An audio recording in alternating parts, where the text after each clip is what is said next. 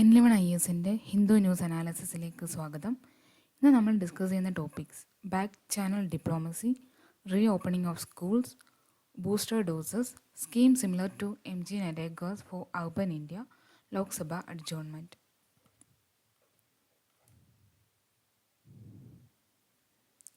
പുൽവാമ അറ്റാക്കിന് ശേഷം പോലും national security advisor Ajit Doval അല്ലെങ്കിൽ റോ റിസർച്ച് ആൻഡ് അനാലിസിസ് വിങ്ങും അതേപോലെ പാകിസ്ഥാൻ ഇൻഡോ സർവീസസ് ഇൻ്റലിജൻസ് ഒഫീഷ്യൽസുമായിട്ട് മെസ്സേജസ് എക്സ്ചേഞ്ച് ചെയ്തതായിട്ടും ഡിപ്ലോമാറ്റിക് ആയിട്ടുള്ള ഡിസ്കഷൻ നടന്നതായിട്ടും റിപ്പോർട്ട് വന്നിട്ടുണ്ട്. അപ്പോൾ ബാക്ക് ചാനൽ ഡിപ്ലോമസി എന്താണെന്നുള്ളൊരു ഐഡിയ ആണ് നമുക്ക് ഈ ന്യൂസിൽ നിന്ന് അനലൈസ് ചെയ്യേണ്ടത്. എന്താണ് back channel diplomacy?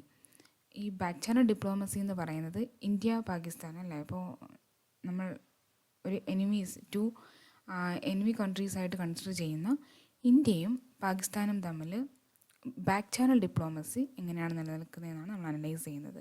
What is the important of ഈ back channel diplomacy in the relationship between both of the countries, India and Pakistan. The National Security Advisor Ajit Doval and RAW and the Pakistan top intelligence agency, Pakistan Inter-Service Intelligence officialsum ഒരു back channel ഡിപ്ലോമസീൻ്റെ ഭാഗമായിട്ട് messages interchange ചെയ്തിട്ടുണ്ട് എന്നുള്ള റിപ്പോർട്ടാണ് പുറത്തേക്ക് വരുന്നത്. അപ്പോൾ രാജ്യത്തിൻ്റെ ഇപ്പോൾ എല്ലാ രാജ്യങ്ങളും ഇൻ്റർനാഷണൽ റിലേഷനെ പറ്റി പരിശോധിക്കുകയാണെങ്കിൽ ബാക്ക് ചാനൽ ഡിപ്ലോമസി എന്ന് പറയുന്നത് വളരെ എഫക്റ്റീവായിട്ടുള്ളൊരു ടൂളാണ്. അപ്പോൾ എന്താണ് back channel diplomacy? The back channel diplomacy or track two diplomacy എന്ന് പറയുന്നത് it's an unofficial channel of communication between states or other political entities. എന്തോ ആയിക്കോട്ടെ, ഇപ്പോൾ രണ്ട് രാജ്യങ്ങൾ തമ്മിലാവാം, അല്ലെങ്കിൽ ഒരു രാജ്യത്തിനുള്ളിൽ തന്നെ ഡിഫറെൻറ്റ് പാർട്ടീസ് ആകാം അല്ലേ. അങ്ങനെ ഒരു it's an unofficial channel of the communication. May be ഇപ്പോൾ നമുക്ക് പുറത്തേക്ക് ന്യൂസ് വായിക്കുമ്പോഴോ അല്ലെങ്കിൽ പുറത്ത് ജനങ്ങൾ അറിയുന്നത് ഒരു പക്ഷേ അവരുടെ ഒഫീഷ്യലായിട്ടുള്ള മാർഗത്തിലൂടെ അവരുടെ ഒരു റഫ് ആറ്റിറ്റ്യൂഡോ ഒരു മസ്കുലൈൻ അപ്രോച്ചോ ഒക്കെ ആയിരിക്കും നമ്മൾ കാണുന്നത്. എന്നാൽ ഫോർ ദ എഫക്റ്റീവ് റിലേഷൻഷിപ്പ് അല്ലെങ്കിൽ for the effective diplomacy they will keep the unofficial channel of the communication. So it's called back channel diplomacy or track to diplomacy. Back to history നോക്കുകയാണെങ്കിൽ 1999 prime minister Atal Bihari Vajpayee ഒരു historic visit നടത്തുന്നുണ്ട് പാകിസ്ഥാനിലേക്ക്. Actually it was a result of the extensive and successful back channel negotiation. അപ്പോൾ കാർഗിൽ വാറിൻ്റെ സമയത്താണെങ്കിലും ഇപ്പോൾ Indo Pakistan വാറൊക്കെ നടക്കുമ്പോൾ there was an extensive and successful back channel negotiations between both of the country. അപ്പോൾ ഇതൊരു ഡിസ്ക്രീറ്റ് ആയിട്ടുള്ള ടൈപ്പ് ഓഫ് ഡിപ്ലോമസിയാണ്. ഇത് ഒഫീഷ്യൽ ചാനൽസ് വഴിയോ അല്ലെങ്കിൽ ഡൊമസ്റ്റിക് കേബിൾസ് വഴിയോ ആയിരിക്കത്തില്ല. അപ്പോൾ അവർ ഒരു അംബാസഡേഴ്സിനെ അല്ലെങ്കിൽ ഫോർമൽ മെത്തേഡ് ഓഫ് കമ്മ്യൂണിക്കേഷനോ ഒന്നും വെച്ചിട്ടായിരിക്കത്തില്ല ഇത് പുറത്തേക്ക് നമ്മൾ ആ ഒരു ഡിപ്ലോമസി കാണുന്നത്. ബൈ അവരുടെ സ്ട്രാറ്റജിക് ഇൻഡിവിജ്വൽസ് അല്ലെങ്കിൽ സ്ട്രാറ്റജിക്കൽ പൊസിഷനിലുള്ള ആൾക്കാർ, അതേപോലെ ഇൻ്റലിജൻസ് ഏജൻസീസ് തമ്മിലൊക്കെയുള്ള കമ്മ്യൂണിക്കേഷനാണ് എപ്പോഴും ബാക്ക് ചാനൽ ഡിപ്ലോമസി ആയിട്ട് നമുക്ക് കാണാൻ സാധിക്കും. ഇനി ബാക്ക് ചാനൽ ഡിപ്ലോമസീൻ്റെ ചില റിഫ്ലക്ഷൻ നമുക്ക് പുറത്ത് കാണാനായിട്ട് സാധിക്കും.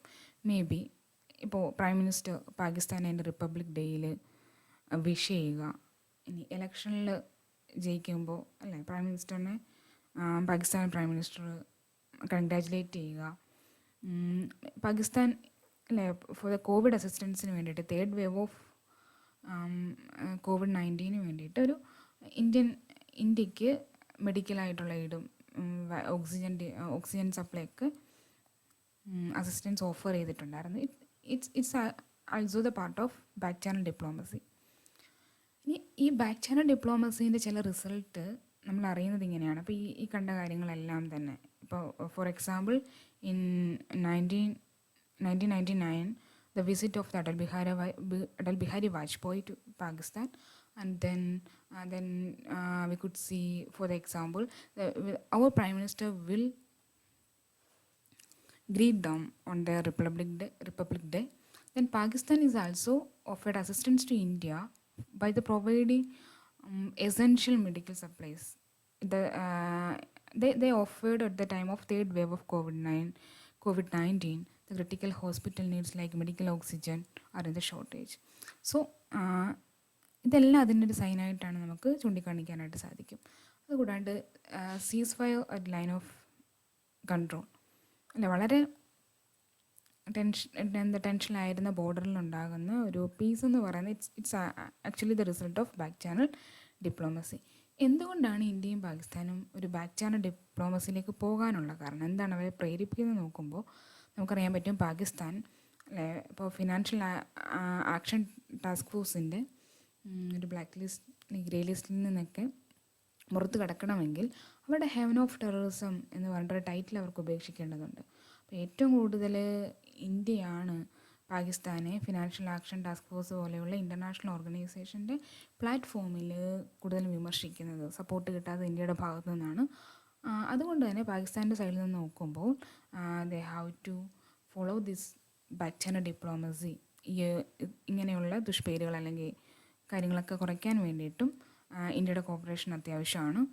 ഇനി നമുക്കറിയാം ചൈനയും പാകിസ്ഥാനുമായിട്ട് ഇന്ത്യക്ക് ഡിസ്പ്യൂട്ട്സ് ഉണ്ട്. അപ്പോൾ അങ്ങനെ ആ ഡിസ്പ്യൂട്ട്സ് അതുപോലെ തന്നെ നിലനിൽക്കുകയാണെങ്കിൽ there is a chance for two front war situation അല്ലെ. പാകിസ്ഥാൻ ബോർഡറിലും ചൈന ബോർഡറിലും ഒരുപക്ഷെ ഒരേ സമയം തന്നെ ഇന്ത്യക്ക് വാർ സിറ്റുവേഷൻ ഫേസ് ചെയ്യേണ്ടി വരുന്നുണ്ട്. So India will support back channel diplomacy to avoid such situation.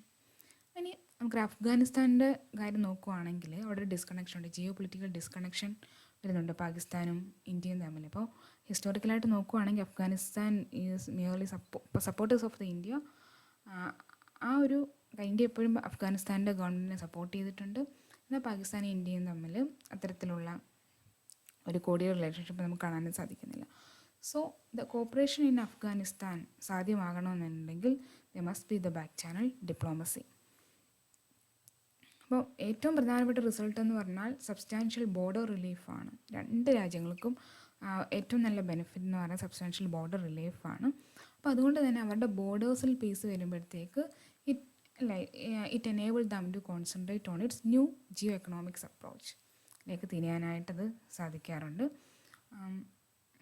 പിന്നെ അതുപോലെ തന്നെ ഈ ബാക്ക് ചാനൽ നെഗോഷിയേഷൻ എന്ന് പറയുന്നത് ഒരു പബ്ലിക് സ്ക്രൂട്ടിനിക്ക് വരുന്നില്ല, അല്ലെങ്കിൽ ഒരു ജനങ്ങളുടെ ശ്രദ്ധയിലേക്ക് വരാത്തത് കൊണ്ട് തന്നെ അതിനൊരു ഹാർഡ് ലൈൻ പൊസിഷൻസോ ഒരു കൗണ്ടർ പ്രൊഡക്റ്റീവ് ടാക്ടിക്സ് ഒന്നും എടുക്കേണ്ടതില്ല. അത് ജനങ്ങളെ ബോധ്യപ്പെടുത്തിയായിരിക്കത്തില്ല പലപ്പോഴും ബാക്ക് ചാനൽ ഡിപ്ലോമാറ്റിക് ടോക്ക് നടക്കുന്നത്. അതുകൊണ്ട് തന്നെ ആ സമയത്ത് അവർക്ക് വളരെ ഹാർഡായിട്ടുള്ള പൊസിഷൻസോ അല്ലെങ്കിൽ ഭയങ്കര സ്ട്രോങ് ആയിട്ടുള്ള ഡിസിഷൻസ് അല്ലെങ്കിൽ വളരെ എതിർപ്പുള്ള ഡിസിഷൻസ് ഒന്നും എടുക്കേണ്ട കാര്യം വരുന്നില്ല. അപ്പോൾ കുറച്ചും കൂടി പീസ് കീപ്പ് ചെയ്യാൻ നല്ലത് എപ്പോഴും ബാക്ക് ചാനൽ നെഗോഷിയേഷൻസ് ആണ്. അപ്പോൾ ഫോറിൻ പോളിസി അല്ലെങ്കിൽ ഇലക്ഷൻ ടൈമിലൊക്കെ വളരെ റഫ് ടോപ്പിക്കായിട്ട് അല്ലെങ്കിൽ മസ്കുലൈൻ ടോപ്പിക്കായിട്ടാണ് രണ്ട് രാജ്യങ്ങൾ ഇന്ത്യയും പാകിസ്ഥാൻ വിഷയങ്ങൾ എടുക്കുന്നത്. പക്ഷേ ഒരു ബാക്ക് ചാനൽ ഡിപ്ലോമസി വഴി അവരത് പങ്കെടുക്കുമ്പോഴത്തേക്കും ഇൻ കേസ് എല്ലാവർക്കും പീസ് ടോക്കിനുള്ള ഒരു അവസരം കൂടി കിട്ടാറുണ്ട്. അപ്പോൾ കൂടുതലും ഇത്തരത്തിലുള്ള എനിമി മൈൻഡ് മാറ്റി വെച്ചിട്ട് human and economic resources improve ചെയ്യാൻ വേണ്ടിയിട്ടും ബാക്ക് ചാനൽ ഡിപ്ലോമസി ഇന്ത്യയും പാകിസ്ഥാനെയും സഹായിക്കാറുണ്ട്. ഇനി അതേപോലെ തന്നെ രണ്ട് പേരുടെ ഇലക്ഷൻ പാകിസ്ഥാനും ഇന്ത്യ ആണെങ്കിലും ദേ use this conservative vote base for the election. രണ്ട് ഗവൺമെൻറ്റും ഇലക്ഷനിൽ ജയിക്കാൻ വേണ്ടിയിട്ട് ഈ കൺസർവേറ്റീവ് ആയിട്ടുള്ള വോട്ട് ബേസ് ഉപയോഗിക്കാറുണ്ട് ബേസ്ഡ് ഓൺ ദ റിലീജിയൻ. അപ്പോൾ ഈ ബാക്ക് ചാനൽ ഡിപ്ലോമസി എന്ന് പറയുന്ന അത്തരത്തിലുള്ള കൺസർവേറ്റീവ് വോട്ട് ബേസിനെ ഡിസ്റ്റർബ് ചെയ്യാറില്ല. അതും ഇത് രണ്ട് കൺട്രീസും എൻകറേജ് ചെയ്യാനായിട്ടുള്ളൊരു കാരണമാണ്. അപ്പോൾ അതുമാത്രമല്ല ബാക്ക് ചാനൽ ടോക്സ് എന്ന് പറയുന്ന ഒരു ഫൗണ്ടേഷണൽ ഗ്രൗണ്ട് മാത്രമേ അത് ബിൽഡ് ചെയ്യുന്നുള്ളൂ. കൂടുതൽ എഫക്റ്റീവായിട്ട് ആ ചർച്ച മുന്നോട്ട് പോകണം എന്നുണ്ടെങ്കിൽ അല്ലെങ്കിൽ പീസിലേക്ക് പോകണം എന്നുണ്ടെങ്കിൽ അത് പബ്ലിക്കായിട്ട് എല്ലാ രാജ്യങ്ങളുടെ എല്ലാ ജനങ്ങളും ഡെമോക്രാറ്റിക്കായിട്ട് അതറിഞ്ഞ് വേണം ചെയ്യാൻ വേണ്ടിയിട്ടെന്ന്. അപ്പോൾ ബാക്ക് ചാനൽ വഴി അവർ വളരെ കംഫർട്ടബിൾ ആയിരിക്കും ബൈ ദ ലെവൽ. ഇപ്പോൾ സ്ട്രാറ്റജിക് പൊസിഷൻസുള്ള ആൾക്കാർ തമ്മിലോ അല്ലെങ്കിൽ ഇൻ്റലിജൻസ് ഏജൻസീസ് തമ്മിലുള്ള ഡിസ്കഷൻ വഴി ബാക്ക് ചാനൽ ഡിപ്ലോമസി നടക്കുന്നുണ്ടെങ്കിൽ അത് വളരെ കംഫർട്ടബിളാണ് പാകിസ്ഥാനാണെങ്കിലും ഇന്ത്യയിലാണെങ്കിലും. പക്ഷേ ഒരു രാജ്യത്തിൻ്റെ ഒരു പൊളിറ്റിക്കൽ സ്പെക്ട്രത്തിലൂടെ കൊണ്ടുവന്നാൽ മാത്രമേ അവർക്കൊരു അവയർനെസ് നൽകിയാൽ മാത്രമേ അതിന് ആഗ്രഹിച്ചവരില്ലെങ്കിൽ അവർ ലക്ഷ്യമാക്കിയിട്ടുള്ളൊരു ഫലം കിട്ടൂ എന്നുള്ളതാണ് പറയാനായിട്ട് സാധിക്കുന്നത്. That is back channel. That's all about the back channel diplomacy. Next article safe at സ്കൂളാണ്. അപ്പോൾ സ്റ്റുഡൻസ് അല്ലേ, തിരിച്ച് നമുക്ക് സ്കൂൾ റീ ഓപ്പണിങ്ങിനെ പറ്റി നമ്മൾ ആലോചിക്കേണ്ടിയിരിക്കുന്നു. കോവിഡ് സിറ്റുവേഷനിൽ കൂടി ഒരു വളരെ ലോസ് ലേണിംഗ് അല്ലെങ്കിൽ ലേൺ ലോസിങ് ഒരു സ്റ്റേജിലൂടെയാണ് ഇന്ത്യയിലെ വേൾഡ് വൈഡ് എഡ്യൂക്കേഷൻ സിസ്റ്റം കടന്നു പോയത്. അതുകൊണ്ട് തന്നെ ബാക്ക് ടു സ്കൂൾ എന്ന് പറയുന്നത് വളരെ എസെൻഷ്യലായിട്ടുള്ളൊരു നീഡായിട്ട് മാറിയിരിക്കുകയാണ്. സോ സേഫ് അറ്റ് സ്കൂൾ എന്ന് പറയുന്ന article they examine the possibility for the return to campus. Covid കാലത്ത് എഡ്യൂക്കേഷൻ കൊണ്ടുള്ള ഏറ്റവും മേജറായിട്ടുള്ള സെറ്റ് ബാക്ക് ഇതാണ്. It affect the physical and mental health of many students. അപ്പോൾ അതൊരു skill development through the schooling അത് ഒരുപാട് പ്രശ്നം ഉണ്ടാക്കിയിട്ടുണ്ട്. ഫിസിക്കൽ ആൻഡ് മെൻ്റൽ ഹെൽത്ത് ഒരുപാട് ബാധിച്ചിട്ടുണ്ട്. അപ്പോൾ നമുക്കറിയാം പിയർ ഗ്രൂപ്പിൻ്റെ ഒരു നെസസിറ്റി വളരെ അത്യാവശ്യമാണ്. അപ്പോൾ സ്കൂളിൻ്റെ അറ്റ്മോസ്ഫിയർ കുട്ടികൾക്ക് ഫിസിക്കലി മെൻ്റലി ഡെവലപ്മെൻറ്റ് വളരെ അത്യാവശ്യമാണ്. വീടിനുള്ളിൽ തന്നെ ഇരുന്ന് പഠിക്കുമ്പോൾ വീട്ടിൽ നിന്നുണ്ടാകുന്ന ചില പ്രശ്നങ്ങൾ, ട്രോമാസ് ഒക്കെ വളരെ കൂടുതലായിട്ട് നമ്മൾ റിസർച്ച് സ്റ്റഡീസ് നോക്കുമ്പോൾ വളരെ നന്നായിട്ട് സ്റ്റുഡൻസിനെ അത് ബാധിച്ചിട്ടുണ്ട്. So now there is a thought about back to school അല്ലേ. അപ്പോൾ അതിൽ ഏറ്റവും പ്രധാനപ്പെട്ട നമ്മൾ കൺസിഡർ ചെയ്യേണ്ട ഒരു കാര്യം, to reduce the risk of corona virus infection among people, അല്ലെങ്കിൽ സ്റ്റുഡൻസിന് ഇടയിലുള്ള കൊറോണ വൈറസ് ഇൻഫെക്ഷൻ കുറയ്ക്കാൻ വേണ്ടിയിട്ടുള്ള എല്ലാ തരത്തിലുള്ള മുൻകരുതലെടുത്താൽ മാത്രമേ നമുക്ക് തിരിച്ച് സ്കൂളുകൾ തുറക്കാനായിട്ട് സാധിക്കത്തുള്ളൂ. അപ്പോൾ ചില രാജ്യങ്ങളിൽ തന്നെ ചില മോഡൽസ് നമുക്ക് അഡോപ്റ്റ് ചെയ്യാൻ പറ്റും. In person teaching four higher classes ഉണ്ടല്ലേ. ഇത് ഒരു കുട്ടിക്ക് ഒരു ടീച്ചർ അല്ലെങ്കിൽ ഒരു ടീച്ചറിൻ്റെ കീഴിൽ മെൻറ്ററിങ് പോലെ കുറച്ച് കുട്ടികൾ, വളരെ വിരലുണ്ടാവുന്ന കുട്ടികൾ, അത്തരത്തിലുള്ളൊരു മെത്തേഡ് ഓഫ് ടീച്ചിങ്ങിലേക്ക് പോകുന്ന കാര്യം പല രാജ്യങ്ങളും ആലോചിക്കുന്നുണ്ട്. ഇന്ത്യയിൽ തന്നെ സ്റ്റേറ്റ്സുകൾ അത് നടപ്പിലാക്കാൻ തുടങ്ങുന്നുണ്ട്. അതേപോലെ തന്നെ ഈ വളരെ യൂണിവേഴ്സലായിട്ടുള്ള മാസ്ക് മാൻഡേറ്റ്, ഉറപ്പായിട്ടും മാസ്കുകൾ നിർബന്ധപൂർവ്വം ധരിക്കണം എന്നുള്ള ഒരു യൂണിവേഴ്സൽ മാസ്ക് മാൻഡേറ്റ്.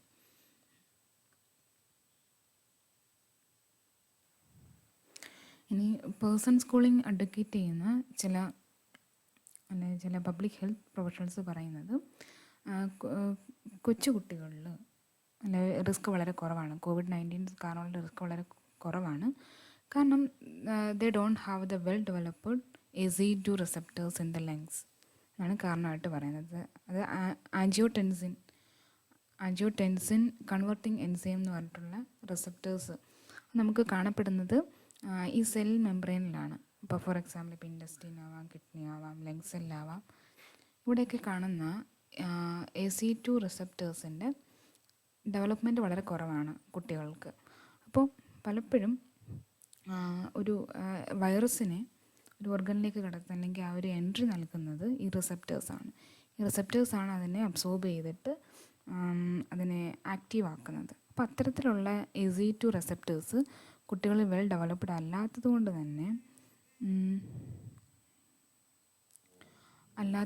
തന്നെ റിസ്ക് വളരെ കുറവായതുകൊണ്ട് സ്കൂൾ റീ ഓപ്പണിങ്ങിനെ സപ്പോർട്ട് ചെയ്യുന്നുണ്ട്. സ്ട്രിക്റ്റ് പ്രോട്ടോകോൾ, ടെസ്റ്റിംഗ്, ക്വാറൻറ്റൈൻ ഇതൊക്കെ വളരെ കൃത്യമായിട്ട് പാലിക്കണം എന്നുള്ള കാര്യം. Maharashtra state re opening consider ചെയ്യുമ്പോൾ they are planning to setting up committees. Collectors അല്ലെങ്കിൽ സിവിൽ ഒഫീഷ്യൽസിൻ്റെ ഒക്കെ ഒരു ലീഡർഷിപ്പിൽ അവർ കമ്മിറ്റീസ് പ്ലാൻ ചെയ്യുന്നുണ്ട്. അപ്പം ലോക്കലൈസ് ചെയ്തിട്ട് അല്ലെങ്കിൽ ഡീസെൻട്രലൈസ് ചെയ്തിട്ടുള്ള ഇത്തരത്തിലുള്ള അപ്രോച്ച് വളരെ സ്വാഗതാർഹമാണ്. ഇത്ര ഡീസെൻട്രലൈസ്ഡ് ആയിട്ടുള്ള എഫേർട്ട്. അപ്പം ഒരു ഹൈ ഇൻസിഡൻസിന് അല്ലെങ്കിൽ ഒരു ഹൈ ഇൻസിഡൻസ് ആയിട്ടുള്ള ഏരിയാസിനെ ക്ലോസ് ആയിട്ട് നിർത്താനും അവിടെ റീ ഓപ്പണിംഗ് എന്ന് പറയുന്നത് വളരെ സ്ട്രാറ്റജിക്കായിട്ട് എടുക്കാനായിട്ടുമുള്ള സാധ്യത ഇത്തരത്തിലുള്ള പ്ലാനിങ് കൂട്ടുന്നുണ്ട്. വെൻറ്റിലേഷനും ഡിസ്റ്റൻസിങ് നോംസും ഒക്കെ കൃത്യമായിട്ട് പാലിച്ചിട്ട് വേണം റീ ഓപ്പണിങ്ങിനെ പറ്റി ആലോചിക്കാൻ വേണ്ടിയിട്ട്. പിന്നീട് ഏറ്റവും പ്രധാനപ്പെട്ട കാര്യം യൂണിവേഴ്സലി വാക്സിനേറ്റഡ് ആയിട്ടുള്ള ടീച്ചേഴ്സ് ആൻഡ് സ്റ്റാഫ്, ആ കാര്യത്തിൽ ശ്രദ്ധ ഉണ്ടാവണം. Next article the importance of booster dose to plan ahead എന്നുള്ള കാര്യമാണ്. അപ്പോൾ എങ്ങനെയാണ് COVID-19 ഒരു പിടിയിൽ നിന്ന് ഇന്ത്യക്ക് പുറത്തേക്ക് വരാനായിട്ട് വാക്സിനേഷൻ ക്യാമ്പയിൻ എങ്ങനെ, അല്ലെങ്കിൽ ഈ വാക്സിനേഷൻ ക്യാമ്പയിൻ എക്സിക്യൂട്ട് ചെയ്യുന്നത് എങ്ങനെ ഇന്ത്യൻ്റെ ഒരു കോവിഡ് ക്രൈസിസിൽ നിന്ന് പുറത്തു വരാൻ സഹായിക്കും ഉള്ള കാര്യമാണ് ഇവിടെ അനലൈസ് ചെയ്യുന്നത്.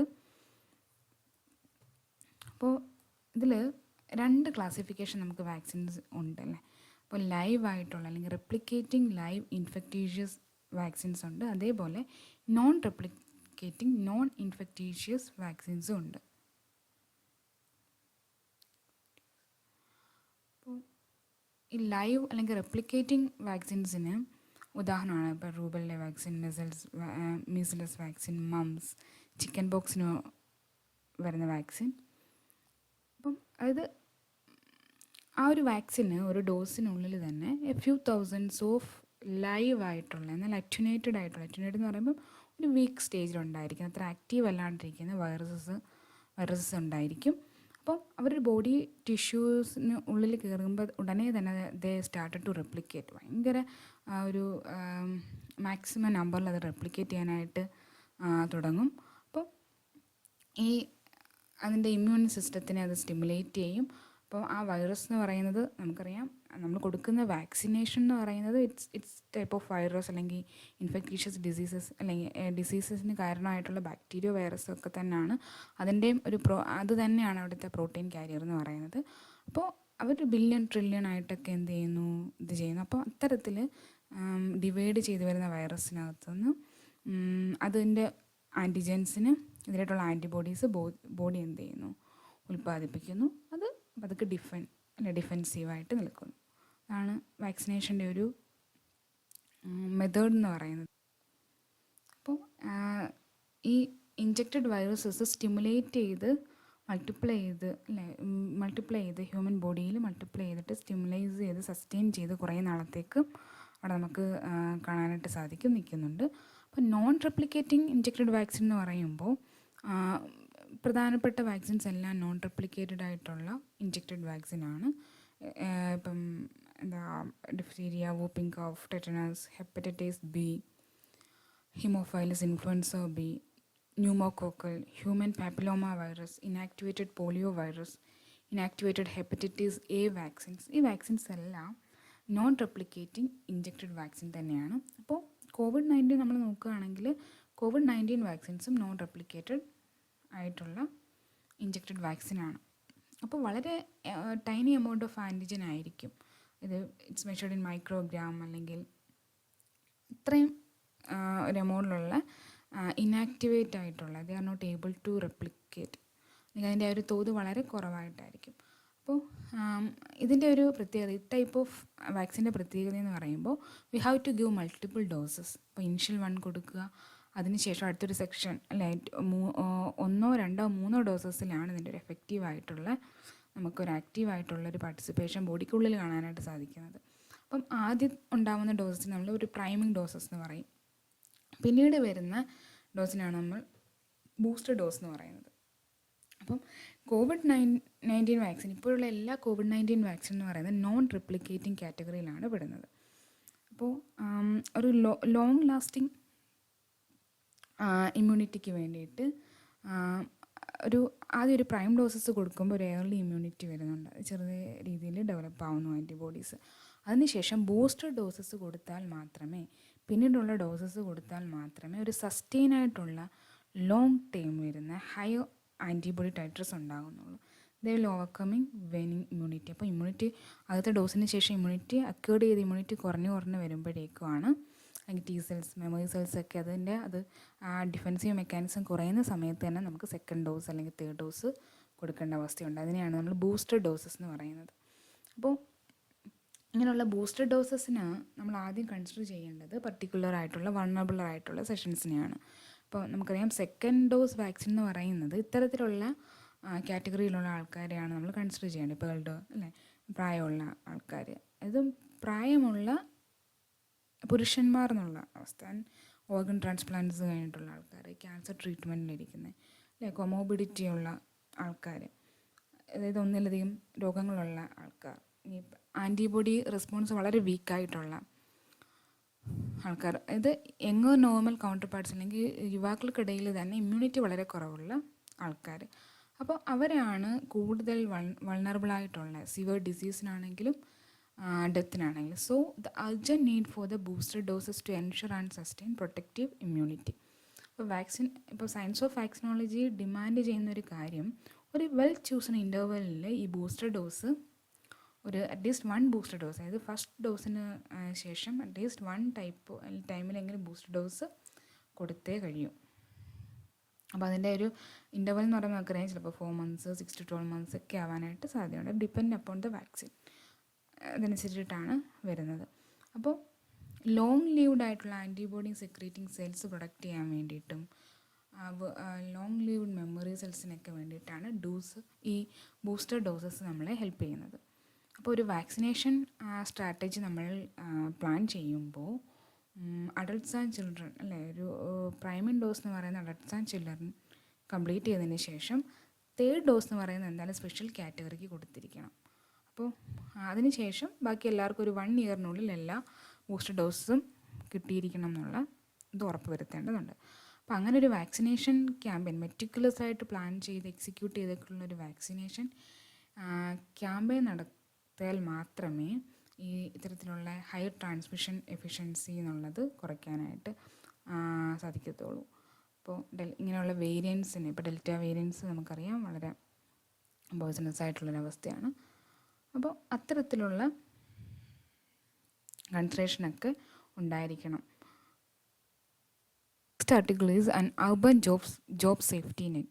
അപ്പോൾ കോവിഡ് സെക്കൻഡ്സ് അല്ലെങ്കിൽ സെക്കൻഡ് വേവ്, അതേപോലെ ലോക്ക്ഡൗൺ സിറ്റുവേഷനൊക്കെ ശേഷം ഇന്ത്യൻ്റെ ഒരു എക്കോണമിക്കൽ സിറ്റുവേഷൻ അനലൈസ് ചെയ്തിട്ട് എഴുതിയിരിക്കുകയാണ്.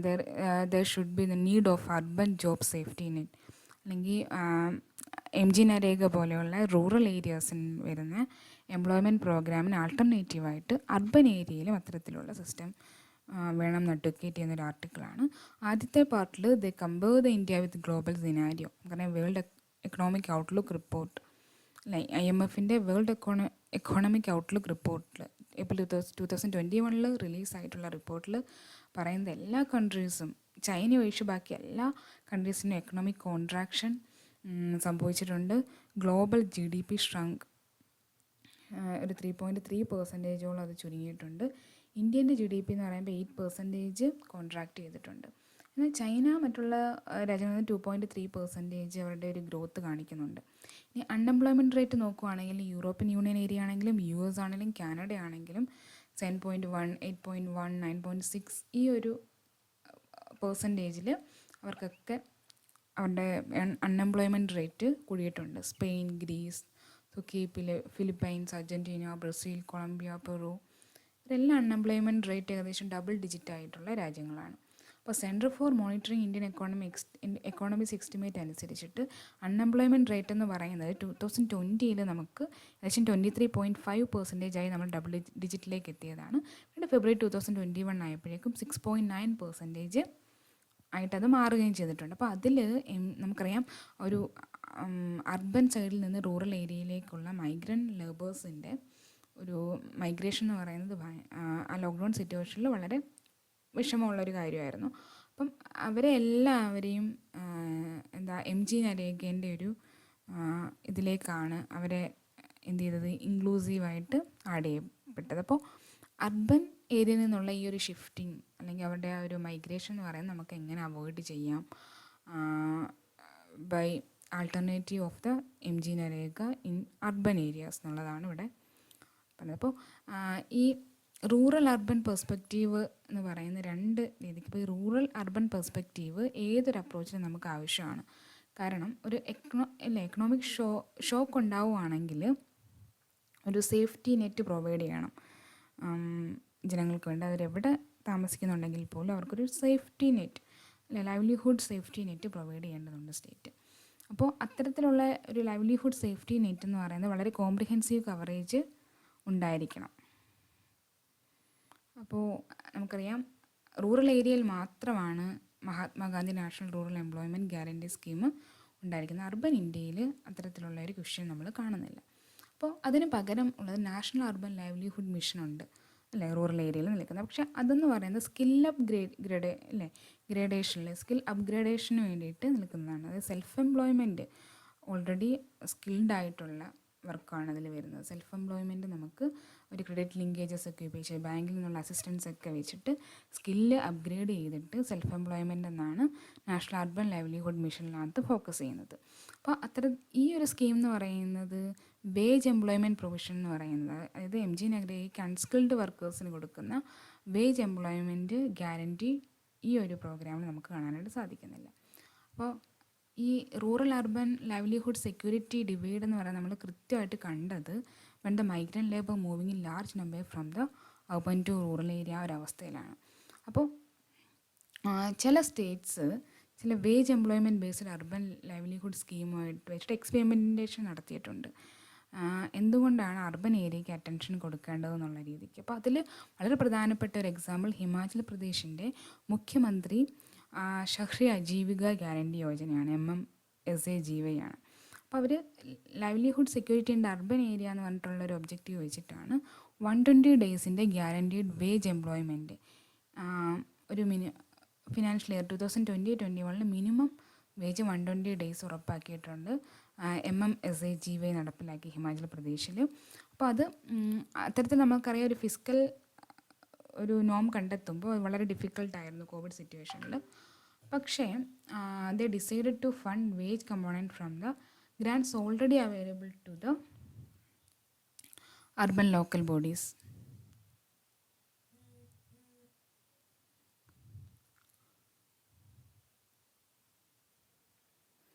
അപ്പോൾ സ്റ്റേറ്റ് ആ വേജ് കമ്പോണൻറ്റ് അവർ കണ്ടെത്തിയത് grants already they got from the central and state finance commission വൈകിട്ടുള്ള ഗ്രാൻറ്റ്സ് ആണ് അങ്ങോട്ടേക്ക് കൊടുത്തത്. അപ്പോൾ അതിൻ്റെ ഒരു പ്രോഗ്രാം എന്ന് പറയുന്നത് വളരെ വിജയകരമായിരുന്നു.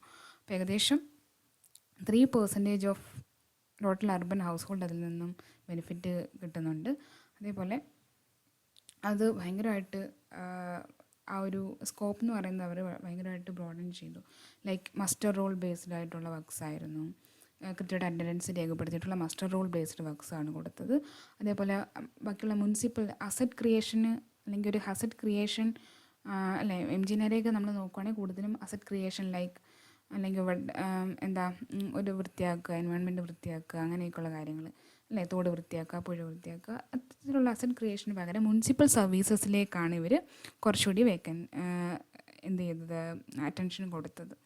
അപ്പം അതുകൊണ്ട് തന്നെ ലൈവ്ലിഹുഡ് ഓപ്പർച്യൂണിറ്റി എന്ന് പറഞ്ഞാൽ വളരെ നന്നായിട്ട് അത് എൻഹാൻസ് ചെയ്യാനായിട്ട് സാധിച്ചു. അപ്പോൾ ഈ ഒരു പ്രോഗ്രാമിൽ നമുക്ക് കിട്ടിയ ഇൻസൈറ്റ്സ് ഇതൊക്കെയാണ്.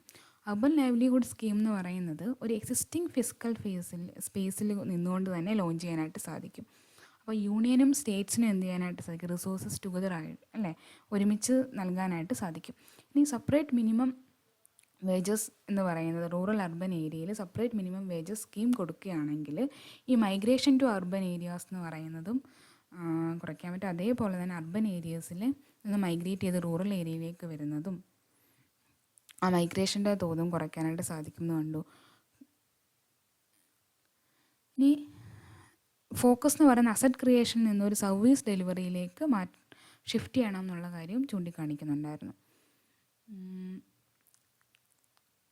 അങ്ങനെ മുനിസിപ്പൽ സർവീസസിൻ്റെ ക്വാളിറ്റി ഇൻക്രീസ് ചെയ്യുന്നതിന് വേണ്ടിയിട്ടും ഈ ഒരു സ്കീം ഹെൽപ്പ് ചെയ്തിട്ടുണ്ട്. അപ്പോൾ it's like an economic vaccine. നമുക്ക് ഒരു കോവിഡ് വാക്സിനേഷൻ പോലെ തന്നെ എക്കണോമിക്കായിട്ടുള്ള വാക്സിൻ തന്നെയാണ് ഇത്തരത്തിലുള്ള സ്കീം എന്ന് പറയുന്നത്. അതായത് അൺഎംപ്ലോയ്മെൻറ്റ് എഗെയിൻസ്റ്റ് ആയിട്ടുള്ള ഇത്തരത്തിലുള്ള സ്കീം എന്ന് പറയുന്നത് it's like an economic vaccine. അപ്പോൾ നാഷണൽ ലെവലിൽ കുറച്ചും കൂടി അഡ്മിനിസ്ട്രേഷൻ കൊണ്ടുവരണം.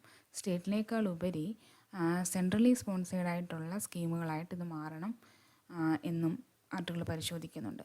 അടുത്തായിട്ട് വരുന്നത് നെക്സ്റ്റ് എന്ന് പറയുന്നത് Lok Sabha അഡ്ജോൺ 2 days ahead of schedule സീസ് 22% പ്രൊഡക്ടിവിറ്റി. അപ്പം ലോക്സഭ അഡ്ജോൺമെൻറ്റിന് ശേഷം there is an meeting of senior leaders with speaker. അപ്പോൾ സ്പീക്കറാണെങ്കിൽ സീനിയർ ലീഡേഴ്സിനെ വെച്ചിട്ട് പ്രൈം മിനിസ്റ്ററും കോൺഗ്രസ് ലീഡർ സോണിയാഗാന്ധിയൊക്കെ ഉൾപ്പെട്ടിട്ടുള്ള ഒരു ടീ പാർട്ടീൻ്റെ ഇത് കാണാൻ സാധിക്കുന്നുണ്ട്. അപ്പം ഈ പ്രൊഡക്ടിവിറ്റി ഓഫ് ലോക്സഭയുടെ പ്രൊഡക്ടിവിറ്റി എങ്ങനെ ഇൻക്രീസ് ചെയ്യാം എന്നുള്ള കാര്യത്തിൽ ഒരുപാട് ഡിസ്കഷൻ അവിടെ നടക്കുന്നുണ്ട്. അപ്പോൾ എന്താണ് സിറ്റിംഗ് ഓഫ് പാർലമെൻറ്റ് ഉള്ള പല ഡിഫറെൻറ്റ് ടൈപ്പ് ഓഫ് നെയിംസ് ഉണ്ട്. അഡ്ജോൺമെൻറ്റ് ഉണ്ട്, അഡ്ജോൺമെൻറ്റ് സൈൻഡ്, പ്രൊറോഗേഷൻ ഓർ ഡിസൊല്യൂഷൻ ഇതൊക്കെ വരാറുണ്ട്. അപ്പോൾ അഡ്ജോൺമെൻറ്റ് എന്താണ്? അഡ്ജോൺമെൻറ്റ് മീൻസ് ടെർമിനേറ്റ്സ് എ സിറ്റിംഗ്, ഒരു സിറ്റിംഗ് ടെർമിനേഷനാണ് നമ്മൾ വിളിക്കുന്നത്. പ്രൊറോഗേഷൻ എന്ന് പറയുമ്പോൾ ടെർമിനേറ്റ്സ് എ സെഷൻ ആണ്. ഡിസൊല്യൂഷൻ എന്ന് പറയുമ്പോൾ terminates the life of a house ആണ് ഡിസൊല്യൂഷൻ വരുന്നത്. അപ്പോൾ ഇനി എന്തൊക്കെയാണെന്നുള്ള കാര്യം വിശദമായിട്ട് നോക്കാം.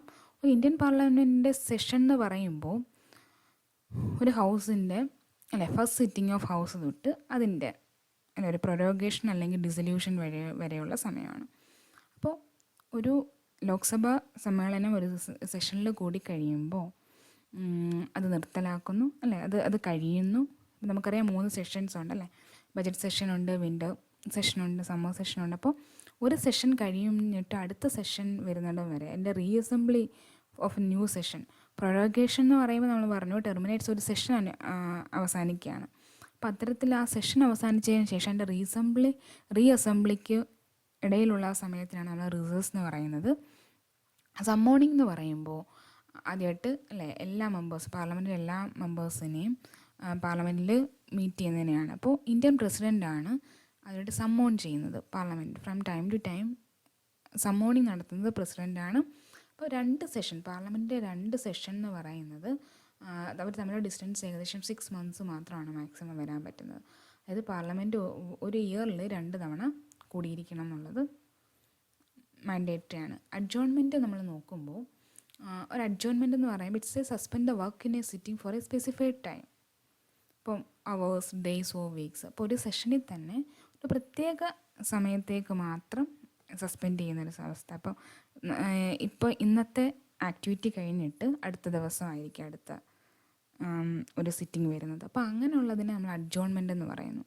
അപ്പോൾ എന്നാൽ കൃത്യമായിട്ട് പറയും എപ്പോഴാണ്, ഒരു ദിവസം കഴിഞ്ഞിട്ടാണോ സെഷൻ, അടുത്ത സിറ്റിംഗ് അടുത്ത ഒരു വീക്ക് കഴിഞ്ഞിട്ടാണോ എന്നുള്ള കാര്യം പറയുന്നുണ്ട്. അപ്പോൾ അഡ്ജോൺമെൻ്റ് എന്ന് പറയുന്ന ഒരു സിറ്റിങ്ങിനെയാണ് ടെർമിനേറ്റ് ചെയ്യുന്നത്, but not a session of the house. ഇനി പ്രിസൈഡിങ് ഓഫീസറാണ് പവർ ഓഫ് അഡ്ജോൺമെൻറ്റ് ലേ ചെയ്യുന്ന ആ ഒരു പൊസിഷൻ എന്ന് പറഞ്ഞു കഴിഞ്ഞാൽ. ഇനി അഡ്ജോൺമെൻറ്റ് സൈൻ ഡേ ഉണ്ട്. അഡ്ജോൺമെൻറ്റ് സൈൻ ഡേ എന്ന് പറയുന്നത് പാർലമെൻറ്റിൻ്റെ ടെർമിനേഷൻ ഓഫ് എ സിറ്റിംഗ് ആണ്. പക്ഷേ it's not specified time, it's a indefinite പീരീഡാണ്. അപ്പം ഹൗസ് എന്ന് പറയുന്നത് ഒരു reassembly without naming a day for the reassembly ആണെങ്കിൽ അഡ്ജോൺമെൻറ്റ് സൈൻ ഡേ ആണ്. ശേഷം power of adjournment sine die എന്ന് പറയുന്നത് it's live with the presiding officer of അത് സ്പീക്കറിൻ്റെ പവറിലേക്കാണ് വരുന്നത്. പ്രൊറോഗേഷൻ എന്ന് പറയുന്നത് ഇറ്റ്സ് ബൈ ദ പ്രസിഡൻറ്റ് ആണ്. അതായത് termination of a session of a house by an order made by the president under article 85 subsection 2A of the constitution. Prorogation എന്ന് പറയുന്നത് സിറ്റിങ്ങും സെഷനും, അത് സിറ്റിങ്ങും ആകാം സെഷനും ആകാം. ഫോർ എക്സാമ്പിൾ, ഇപ്പോൾ ഹൗസ് എന്ന് പറഞ്ഞാൽ അഡ്ജോൺഡ് സൈൻ ഡേ ആണെന്നിരിക്കട്ടെ, എപ്പോഴാണ് റീഅസംബ്ലി എന്നൊന്നും പറയാണ്ട്, സ്പെസിഫിക് ടൈം പറയാണ്ട് പ്രിസൈഡിങ് ഓഫീസോ അഡ്ജോൺഡ് സൈൻ ഡേ പ്രഖ്യാപിക്കുന്നു. അതിനുശേഷം പ്രസിഡൻ്റ് ആണെങ്കിൽ ഒരു പ്രൊറോഗേഷൻ കൊടുക്കുന്നു, അതായത് ആ ഒരു സിറ്റിങ്ങും സെഷനും ടെർമിനേറ്റ് ചെയ്തു എന്നുള്ള അർത്ഥത്തിലാണ് പ്രൊറോഗേഷൻ വരുന്നത്. അപ്പോൾ പ്രൊറോഗേഷൻ്റെ ഒരു പ്രത്യേകത എന്ന് പറഞ്ഞു കഴിഞ്ഞാൽ എല്ലാ നോട്ടീസസും, ഇത് ബില്ല് ഇൻട്രൊഡ്യൂസ് ചെയ്യാനായിട്ടുള്ള നോട്ടീസ് വരെ ലാപ്സായി പോകുന്നു.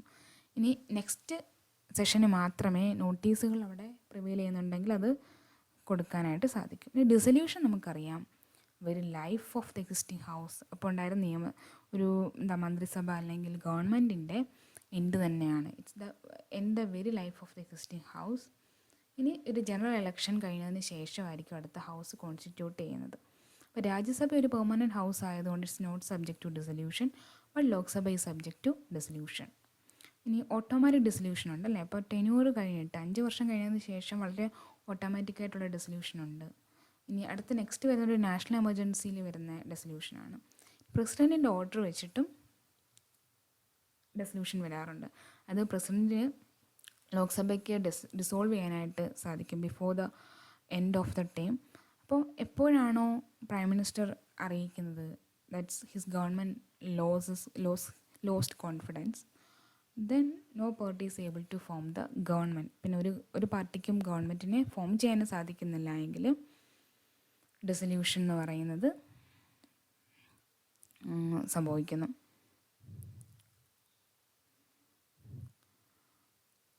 ഇത് നോർമൽ ടെന്യൂറിന് മുമ്പ് തന്നെ ഡിസോൾവ് ചെയ്താലും അത് മാറ്റാനായിട്ട് സാധിക്കും. റെസൊല്യൂഷൻ ഈസ് റിവോക്കബിൾ ആണ്. ലോക്സഭ ഡിസോൾവ് ചെയ്യുമ്പോൾ ഉള്ള പ്രത്യേകത, എല്ലാ ബിസിനസ്സും, ബിൽസ് ആയിക്കോട്ടെ, മോഷൻസ് ആയിക്കോട്ടെ, റെസൊല്യൂഷൻസ് ആയിക്കോട്ടെ, നോട്ടീസസ് ആയിക്കോട്ടെ, പെറ്റീഷൻ ആയിക്കോട്ടെ, എന്ത് പെൻഡിങ് ആണോ കമ്മിറ്റിക്ക് മുമ്പിൽ അതെല്ലാം ലാപ്സ് ആവുന്നു. അപ്പോൾ 2 മെയിൻസ് ക്വസ്റ്റ്യൻസ് ഉണ്ട് അനാലിസിസ് എൻഡ് ചെയ്യുമ്പോഴേക്കും. Examine the importance of back-channel diplomacy between India and Pakistan and analyze how lack of consensus about this diplomacy across the political spectrum in countries affect relations. എങ്ങനെയാണ് back channel diplomacy ഇന്ത്യൻ്റെയും പാകിസ്ഥാൻ്റെയും ഒരു റിലേഷനിൽ എന്താണ് അതിൻ്റെ importance, ഇത്തരത്തിലുള്ള back channel ഡിപ്ലോമസിൻ്റെ ഒരു അറിവില്ലാത്തത് എങ്ങനെയാണ് countries political സ്പെക്ട്രത്തിൽ ഉണ്ടാകുന്ന ഒരു അവയർനെസ് ഇല്ലായ്മ എങ്ങനെയാണ് എൻ്റെ റിലേഷനെ ബാധിക്കുന്നത്. The role of speaker need to be reimagined to ensure more productive Lok Sabha session, critically examine. ഈ 2 ക്വസ്റ്റ്യൻസാണ്. ഇത് നിങ്ങൾ ആൻസർ ചെയ്യാൻ ശ്രമിക്കുക. അതിനുശേഷം നമ്മളുടെ കോൺടാക്റ്റ് നമ്പർ, വാട്സപ്പ് നമ്പർ കൊടുത്തിട്ടുണ്ട്, ടെലഗ്രാം നമ്പർ പ്രൊവൈഡ് ചെയ്തിട്ടുണ്ട് ലിങ്കിൽ. അപ്പോൾ അതിലേക്ക് അയയ്ക്കുക, റിവ്യൂ തരുന്നതായിരിക്കും. Okay, have A nice day.